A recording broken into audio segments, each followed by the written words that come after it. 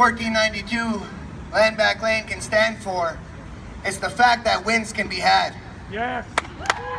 That massive developments, massive corporations, and big dollar figures do not stand in the way of our people making a stand. And I want to chime in on what my steelworker friend was down in 06 when Gary McHale and everybody else was coming down to protest against us. The steelworkers stood beside us in 2006.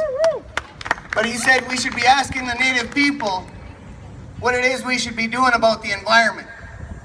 And every elder that I've ever sat with over my last 38 years is, well, you just leave it be. You let the nature be wild as it wants to be.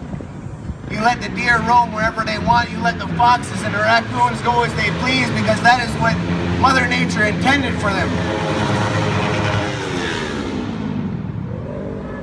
And so when we make these stands and we make them together, that little bit of family and that little bit of love that we have for each other, because it doesn't matter whether you are stopping a pipeline. You're stopping a pipeline like you are out west in Wet'suwet'en territory, which is about to hit the fan once again. And they're going to be demanding for that Shut Down Canada movement that swept across the country last year to be up and running once again. So be ready for when they make that call out. Or Kitigan